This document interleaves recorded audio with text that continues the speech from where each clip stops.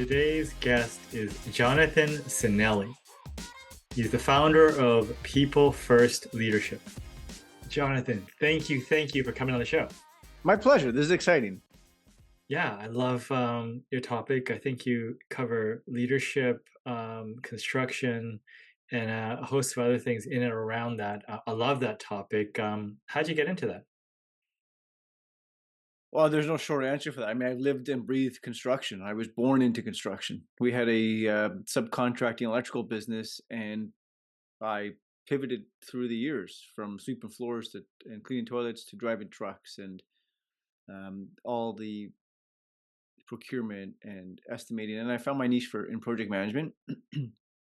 And as I grew into different leadership roles and we merged with other organizations, I quickly realized my passion for people, and I sort of married that with my connection to projects. See, for me, projects was always about people, and leading people is instrumental. I mean, everything we do in life is a project. How do I get our kids out the door as a project? Okay, folks, here's what we have to do, right? Yet we sometimes separate business from personal. Any other, there's no short answer to that, because then I took all that knowledge and I've created books and podcasts and all kinds of other things. But I found that the best way for me was to share pitfalls along the way. And that got into the leadership roles, right? And that's like, look, man, we don't, if we don't develop the next generation of human beings and leaders, then shame on us. Yeah. So that was the sort of realization as I got through, as I was going through this, and I could have stayed working for somebody else the rest of my life and it would have been beautiful. And there's nothing wrong with that. And it's great. I just pulled the handbrake and said, hold on, folks, there's something else here. And if I can be of service and give back to others and teach others what I've learned and the pitfalls I've gone through and the BS that I've lived through, then job well done. Yeah, absolutely. You mentioned something interesting. You said everything is a project. That's an interesting way of looking at things. Is there, is there kind of a boundary on that? Because I get excited about personal development, and then, but if I take too much of that thing into family life, it goes wrong. At what point, where are the guardrails on looking at life as a project? What's the practical limit of that? Or you can go full on Oh, spreadsheets, everything. okay. Well, I love that question because there's no short answer to that or right or wrong. I suppose it depends. It depends on the parameters. It depends on the characteristics. It depends on what I need to know, right? Um, I mean, look at the state of, as a project management professional. What are the stages of project management? There's initiating, right? Planning, monitoring and controlling, executing, and closing. So it's all initiating. If I take a project, like, what are we having for dinner? There's an initiation process, right? What are our choices? But I can't just say, hey, listen, I want to have sushi, pasta, and steak if I have somebody who doesn't enjoy that, right? So that's why I'm saying it depends. There's parameters. But for me, everything we take personally and everything we take professionally, it's intertwined. I'm not a believer and a subscriber. For those who are, that's cool. But I am not of those who say, well, I must separate personal and professional life. No, folks, for me, it's not that way. For me, the way I speak to somebody professionally is the same way I'm going to speak to my children. The language may be different. The tonality may be different.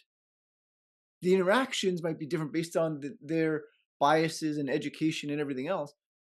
Fundamentally, what am I doing as human beings? What do we do as human beings?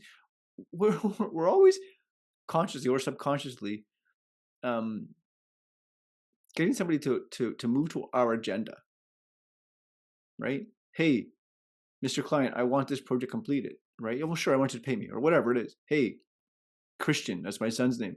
I'd like you to eat a vegetable. Yeah, well, good luck with that. But I have to know how to deal with that, right?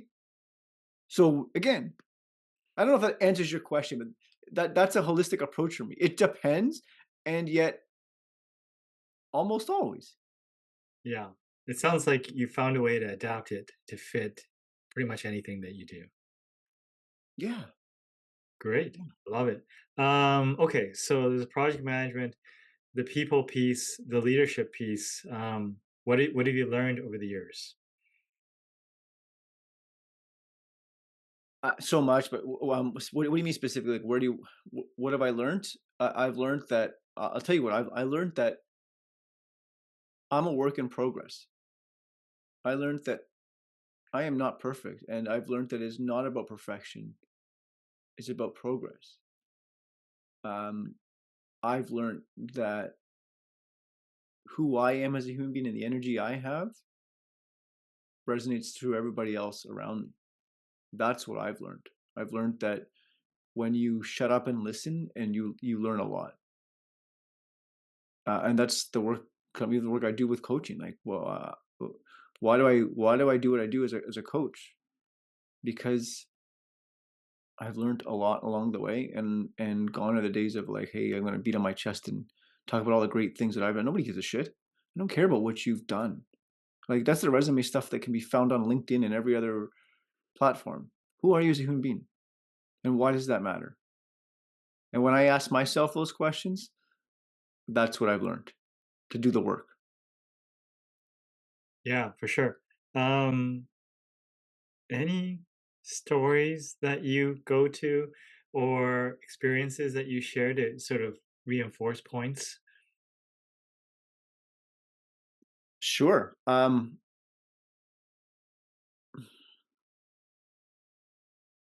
There are some defining moments where I'm not proud of, and I'll share this one. Um, I was working on a project. It was a custom home for a client, and we'd done a lot of commercial work. This was a very special project, and I was put on the project because of my relationship with the gentleman, and I had the skill set and all. I checked all the boxes, and I don't think that I fully understood who he was as a human being because I didn't ask enough questions. I didn't spend enough time connecting, and I didn't take a temperature reading of what was actually going on. And what happened was, I'll never forget this one. It was like a sunny summer day, and this gentleman had called me, and he had pinned something on our site leader, and I took a hard stand. Like, that wasn't him. It was like, I took a stand for our team. And I remember getting so frustrated that I was standing on the back deck, and after I hung up the phone, I must have been so irritated. I threw my phone across the grass, and I was so angry. And I remember looking over through the sliding glass window, and I saw our two children looking at me, and I was like, "Whoa, well, who am I? What am I doing?" And that moment there really just shifted for me to ask more questions before I volleyed unsolicited information over. That's one of many. There's many, but I talk about the imperfection. That was a moment of that was an opportunity to learn more for me. Yeah. So, uh, I guess you've mentioned sort of, you want to help people and all those things. I mean, is there like a North Star? Like, how do you know if you're making progress?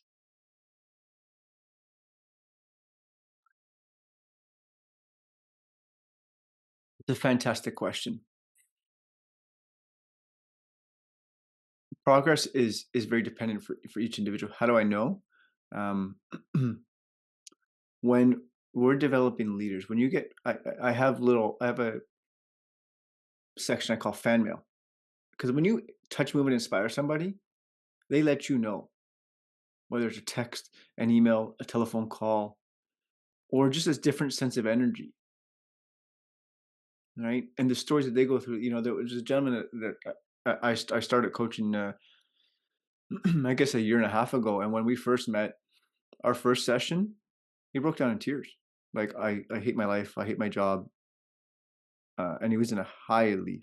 Like, it looked like He had his stuff together, folks. Right? Like, he had it, and then you got him in a private room, and he broke down.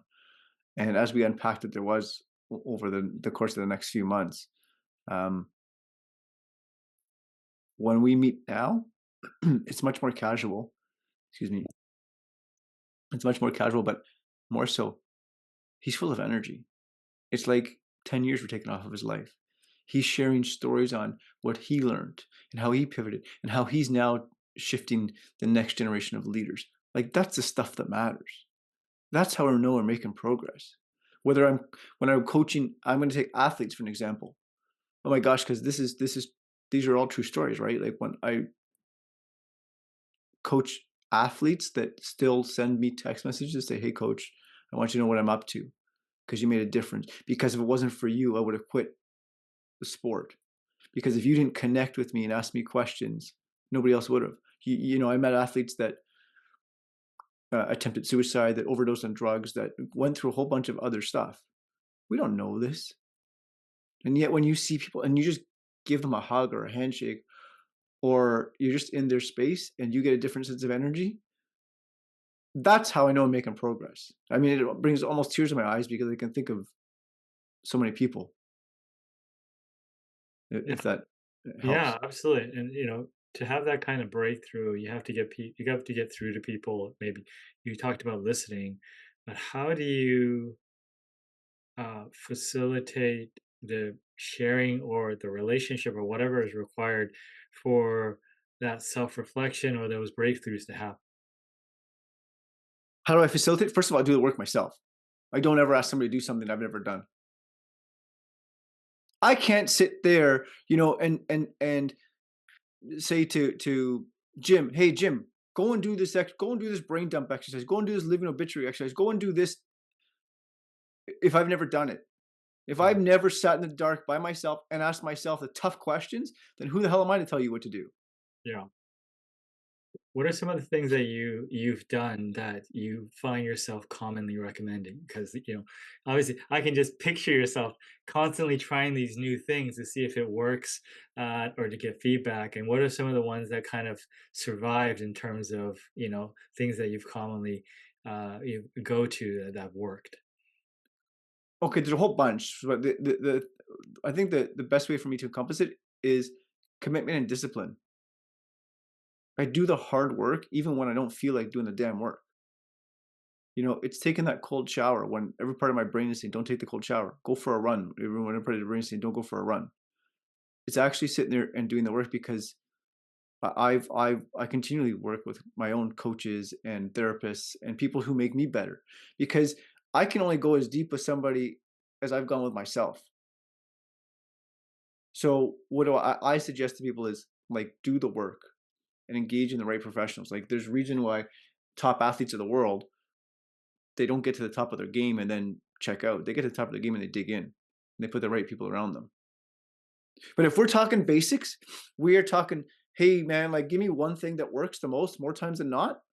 For me, what shifted everything for me was three simple words: tell me more. And then I shut up and listen. And that shifted when I can share stories on that or not, but when people come at me heavy and they're like, "Da, da, da, da, da, all of this, and you're wrong," and it's really easy to validate and armor up and justify why I'm not wrong. Instead, I just pump the brakes a little bit, right? Take a deep breath, head up, shoulders back. I'm like, tell me more. What are you talking about?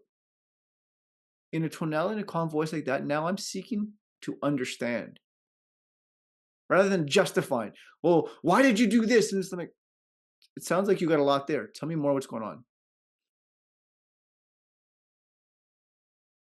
Yeah, that's powerful. Yeah. And that's a simple thing that try it, folks. Try it. Yeah, for sure. So do the work, do the things that you don't want to do, push yourself, get the right people around you. Um, how much of leadership is, you know, call it, people things that people have in them, and how much of it is just hard work? Is there a talent component in it in terms of a threshold, or you just, if you're willing to work, sky's the limit? I think it's an and conversation to answer that question. I believe that there are skill sets that are in people. You know, the fluffy words that we hear all the time, things like empathy. But what does that really mean? That means approaching people with curiosity rather than judgment first, right? That needs to be in somebody. There needs to be an actual wholehearted, I give a damn about people, right? Everything else around the metrics on how to lead somebody, especially within whatever industry or space we're talking about, I can teach that stuff. Hey, how to be a project manager? There's 1,000 courses on how to be a great project manager out there. And as a project management professional, I've lived it, I've breathed it, I've worked the sites, I've done everything humanly possible. I'm still saying to you, hang on a second, folks, put that stuff aside. There's the Pimbok, there's all kinds of books that tell you that here's the philosophies to follow. All of that is empty and meaningless unless you can actually be present and connect with the person in front of you. Because that's where it starts. When I'm present and not on my phone or distracted, I can connect with somebody. And when I connect with somebody, trust emerges. And then everything else forms because trust is the currency of the future. Like that's what it is. If I have trust with you, you'll tell me we're going to chat about everything. So to answer, like, hey, can we teach all the leadership metrics? You can teach all the leadership metrics that you want, right? That's like great being, hey man, this is a great encyclopedia that's on the shelf. I don't want the encyclopedia on the shelf. I want that race car that's on the racetrack spinning out of control and recovering because we can tweak that along the way. Does that answer your question? Absolutely. And you talked about phone and being present and all that stuff. I mean, it makes me think that, you're careful with how you manage your phone, your notifications, the things that pop up. Is there like a concerted effort to do that? Absolutely, there is. Oh, okay. So, Give me some examples. oh my God, this is like one of my favorite things to talk about. Thank you for bringing this up. I have no notifications on. The only notification I have on is a text message.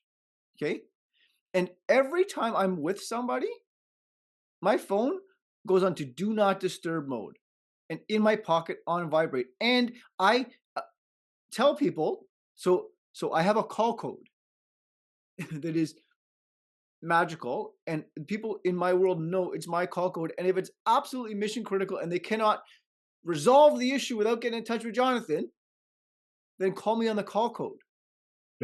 Pick up the red phone, right, and call you. Yeah, pick up like the bat phone, right? Yeah. Otherwise, because you know what happens in today's society, we live in a world where I don't know the answer. I'm going to call Jonathan, but hang on. If you took 35 seconds out of your day, I bet you could curate the answer yourself.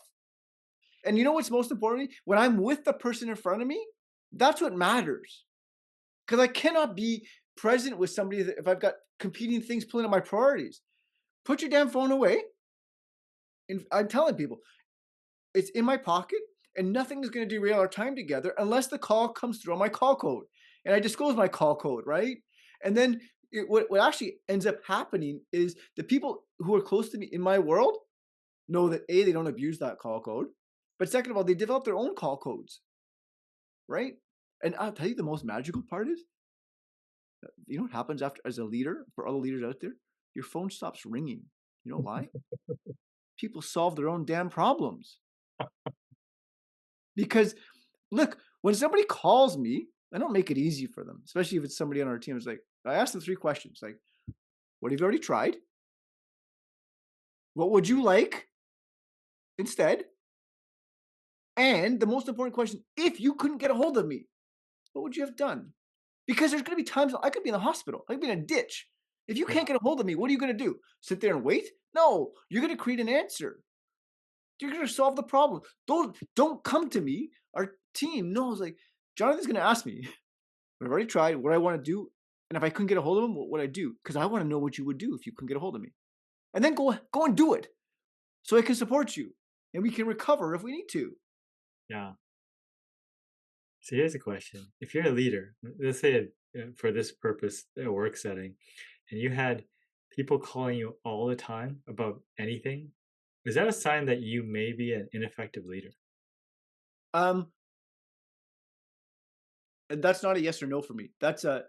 what illuminates right away is we have to reestablish the boundaries and expectations. There's boundaries, folks, and there's expectations.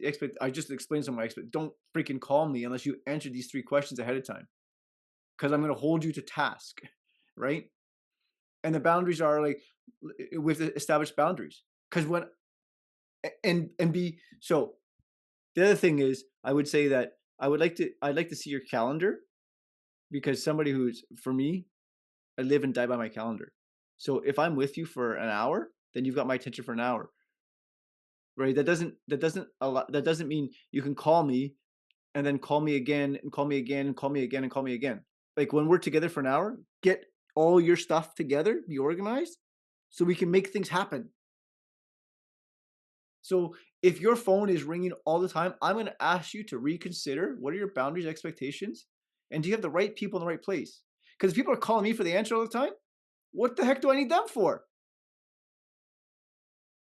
I put people in place who are better than me, who think differently than me, so that they solve the problems. And then what it is for me, it's, hey man, what have you done? Okay, high five, bump top, I'm going to support you. Or I'm not. I will still support you, but I'm going to dig in and challenge you and say, what made you make that decision? If your phone's ringing too many times, folks, first of all, you must be freaking exhausted. So I feel sorry for you. And second of all, we should chat because you got to dig in. There's something going on there that Yeah. isn't okay. Now, stylistically, let's say, you're C-suite, you're a leader. Maybe those boundaries can set differently, or the parameters is differently than someone that's, call it, new to an organization, or Sure. maybe a specialist. What are the considerations if let's say you're not currently in a leadership role? How could you create boundaries without, risking your career? So I want to make sure I understand the context. So if I'm a manager, not yet a C-suite leader. Yeah, I think what are the differences? Because you set boundaries. Say, don't call me. Answer X, Y, Z. That sounds good to, let's say, if you're a leader of a division or a CEO or this Yeah. that. But what if you're newer, right? You're sort of a functional person or something. I'm sure you can still set Oh, boundaries, oh but yeah. what? Oh, this is great. This is Okay. great. So what do you ask great questions. You ask people above you and below you, what do you need from me? How can I best support you? What serves you well? Here's some magical questions, folks. You want to raise the magic questions? And you got to be ready for the answers, because some of it could really blindside you. What if you're asking me, and let's say I'm a manager and you're above me, right?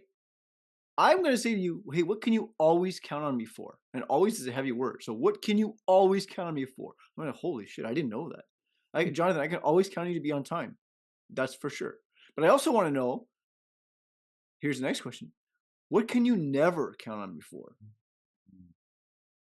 And then you got to pause and shut up, because you might not like the answer.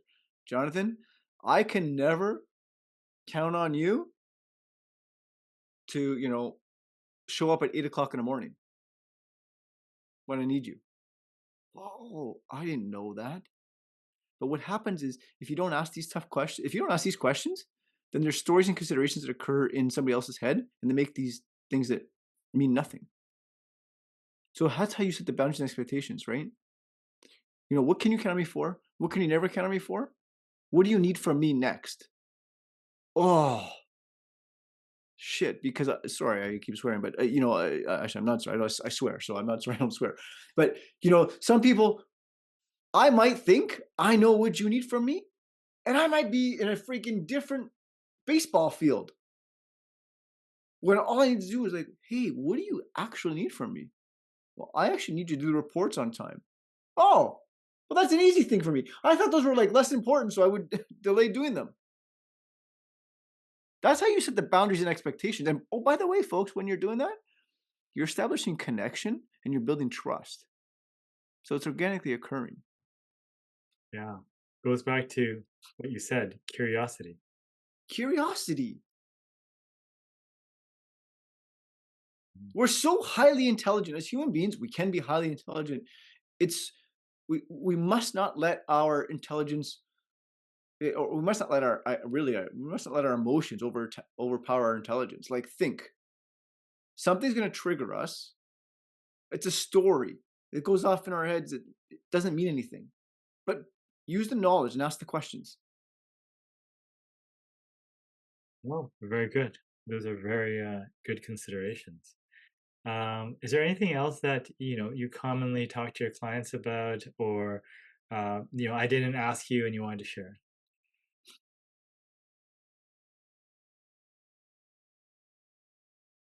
Um, uh, no, I think the biggest thing is you must stay curious, but you must stay curious of yourself first and then of others. Because for me, do not ask somebody else to do the work you're not willing to do, and do not ask somebody else the questions you haven't already answered for yourself.